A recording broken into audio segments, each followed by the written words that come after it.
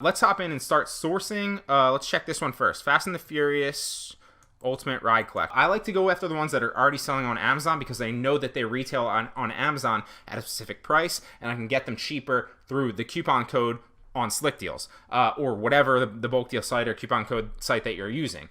Sometimes you'll notice that they're selling on eBay. Sometimes they're selling on Target and other websites, and those are fine too. You just have to sort through them and search a different way, and I'll show you how to do that here in a second. So typically, if they were on a different site, you'd search the name, but since this is on Amazon, we can just click See Deal, and it should take us to Amazon. And you'll see here that it's selling for $19.99, but it retails usually at $60. So what I like to do here is the very first thing that I like to do is I like to check to see for this specific bulk deal site if it actually retails at that specific price. And of course, I'm not logged into Camelizer, so let's just take this URL and we'll search in camel. Usually I just have the extension going, but for whatever reason I forgot to sign in like an idiot. This basically all Camelizer and Camel does is show you the what it typically sells at in the history of the sale price, so you know that okay, they're claiming that it retails at 60, but it actually does typically retail at 60. So this is a good example of this.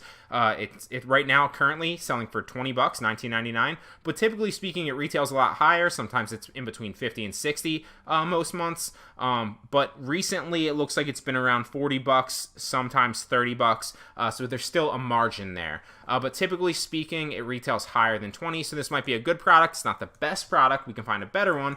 But let's assume, just for example here on the video, that this did typically retail at $60.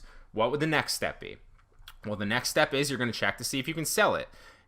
And we're going to take the ASIN and we're going to see if we can sell it. And you cannot sell this. You need to request approval. So that's a bad product. Now, if we could sell this, just to give you another example, if we could sell this, we ran through the sales, what the normal price is in that part of the checklist.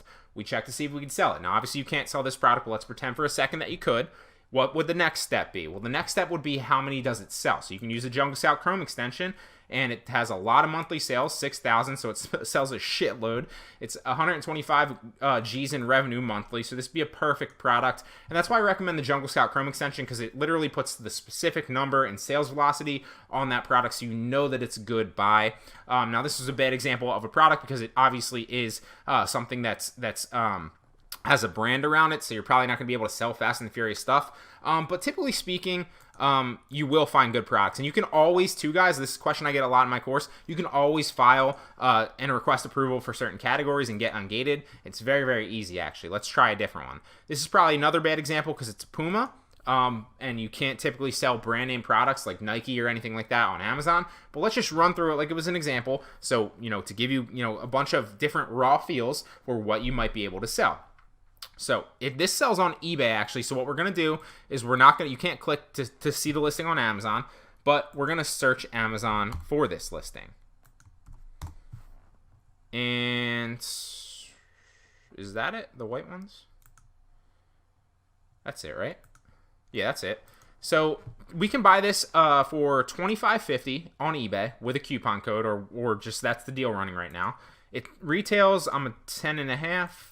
And that's typically on average. Obviously, I wouldn't wear these. I'd be reselling them, but just for, just to kind of see. So it is Amazon Prime, which is a great thing. It's got 8 customer reviews, so it shows that the person's invested in the listing. Obviously, Puma's probably selling this, even though it says sales for it is.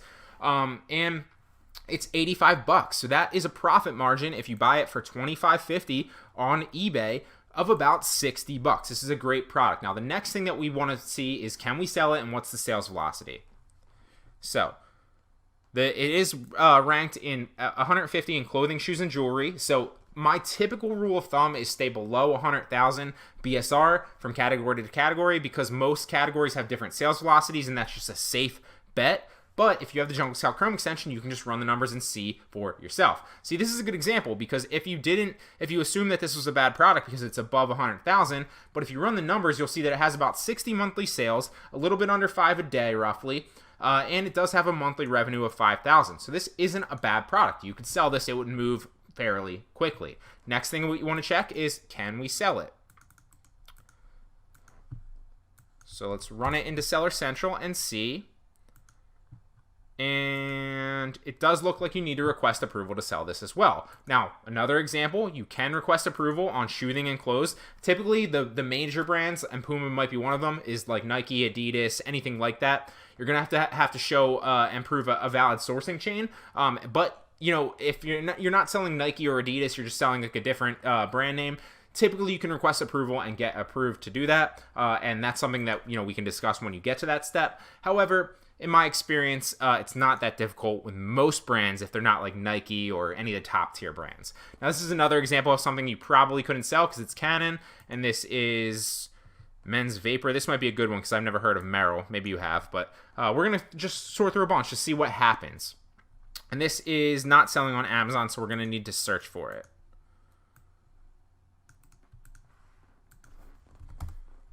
If I were doing this, I might buy this and then flip it back on eBay if I know that I can't sell it on Amazon, and I don't know that yet. We're going to check. But if I'm buying it, I know that it retails typically at like $200, $300, and I can get it for $60 because it's a good Christmas deal.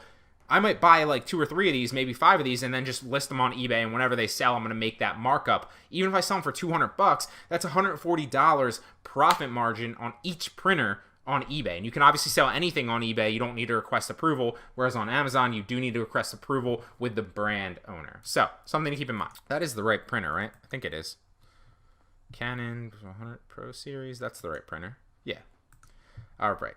Let's check it. So, retails at $308. That's a great profit margin, which typically means it probably retails, if we took it into eBay, it probably retails somewhere similar on eBay. I'm not even going to take it on eBay because it just, even if it only sold for $200 on eBay, it's still a $140 profit margin. Let's check the ASIN. Can we sell it? And since it's Canon, I'm assuming you're going to need to request approval. But in my experience, as long as, like I said, as long as it's not like Nike approves like literally nobody, you can request approval and have a good chance of selling it. But like I said, you can buy this for a margin, flip it back on eBay, which also has a high sales velocity. You can't flip it on Poshmark because Poshmark's mainly closed. But you could also flip it on Mercari, and I've seen a lot of stuff lately sell on Mercari. It's been wild. Where am I at? So if I were going to buy this, and let's check the sales velocity, even though we can't sell this back on Amazon unless we requested approval. And it doesn't typically show me, it doesn't have a sales velocity here. And this would be one that I wouldn't necessarily want to sell on Amazon anyway because it's deceiving. It's not 23 in computers and accessories. It's 23 in the subcategory of computers and accessories. So remember to check that when you're looking. And like I said, this is very different than coupon arbitrage, but it's still very good because like I said, if you find one deal where your profit margin's $140, you don't just have to buy one of those. You can buy 10 of those if you want, and 10 times 50. So let's just hypothetically say I was going to flip this back on eBay, for example, not Amazon this time. 10 times 60 roughly is $600. So I'm spending $600, and what is the profit margin? Let's say I sell it on eBay for $200. So the margin would be 140. What's 140 times 10? That's $1,400. I don't know if you can see that for dropping, what was it? $600 to make $1,400 in one buy like that. Super, super easy. Now, just for shits and giggles, let's see if it actually does sell on eBay for that, and if it does, maybe I might even buy these, to be honest. But let's just check. I've never sold anything this expensive on Mercari, but I'd be interested to try. But I have seen a lot of sales on Mercari lately. Here we go. There's a lot of listing on eBay very, very highly, but like I always say, check the sold and completed items. Don't just assume. So brand new, this is selling, what did I say? Roughly $200. So this sold for $185. This sold for $201 literally 2 days ago. So that's a $140 profit margin. I honestly might buy 5 to 10 of these after the video. I'm not going to do it right now because it's going to show you exactly what my address is. But that's a great product to buy. You can buy it for $60 because they're selling this at a discount right now. Flip it back on. You can't sell this one on Amazon, even though a lot of them that you can. And like I said, it does take a little bit of time to find a great deal. Once you find a great deal, you can buy 5 to 10 and make that $1,000 like that. Super, super easy. But I can buy a bunch of these new, list them back on eBay for $200 or even maybe $190 to get a little bit lower than some of the other offers out there. And obviously, I'd make that $140 profit margin roughly. If I wanted to sell it for $150, well then that's, or $160 even, that's still a $100 profit margin for every printer that I bought. Now, With the coupon arbitrage, you're not investing $60 per product, which is, you know, somewhat high for most people. Like I said, you're dropping 10 cents, $1, $2. Typically speaking, your coupon products, when you're doing coupon arbitrage, are going to be between $1 to $5 to make a profit margin of at least 10. So a lot of those retail for like anywhere from 15 to 30 bucks roughly, and you're buying them for 1 to 5. Yeah, let's check 3 more really fast, or maybe 2 more, since we found one decent one. Let's check this one. I've never heard of these shoes before. And these don't sell on Amazon. They sell on Merrill, which is, I'm assuming, the brand website. So what we're going to do is we're going to check on Amazon for them. Let's move this over so I remember that. Okay, this looks like the same shoe right there. Let's see what they typically sell for. I'm going to go like 10 this time. So typically they sell for 50 bucks. You can buy them here for 40. So that's not really worth my time in my opinion. And like I said, this is one of the annoying things about the bulk deal sites is you do have to sort through for about, 10 minutes maybe. But once you find that one product, all you need is one product. You can buy multiples of those products. Whereas with the coupon sites, you can buy, 100 of single one-off products, all with a margin of 100 bucks. And I usually buy about 20 to 30 of those a day. I typically usually do coupon sites, like 90% of my buys are from coupon sites, and I supplement with about 10% of other stuff like this Canon printer I'm gonna buy for, another, 10% of my buys. But they're both great ways to make money. You probably can't sell this as well because it is a brand, but it is on Amazon, so let's check it really fast. And Sims 4, that's the Sims 4. So it retails for 50. And this is a download, right? This is a download? Online game code. Yeah, it's a download. So that's probably a bad call because it's a download. We're going to avoid that. But what I might have been making this video, it might have been like a 10 to 15 minute video. I already found one product and I barely was even searching through it. I didn't even sort through on Slick Deals. I literally just grabbed stuff off the homepage and checked them. I'm probably going to buy 5 to 10 of these. Let's say, just to run the numbers again, let's say I spent 10 bucks on these. So just give you the numbers raw. 59 times 10 is 590 bucks, obviously, right? So I spent 590 bucks to make back, let's say I list it for 190 to stay a little bit low. So 190 times 10. So 590 bucks to make 1900 bucks for a grand total of $1,310 profit. Obviously, before eBay fees and some of the shipping fees, which shouldn't be too expensive, because typically I like to ship my products out on eBay. Media mail. So I always ship media mail. You don't have to, but it's just what I like to do. It's super cheap, super easy. And if you can fit it in a box and ship it media mail, it's like usually like $2 to $5. So great profit margin, great product.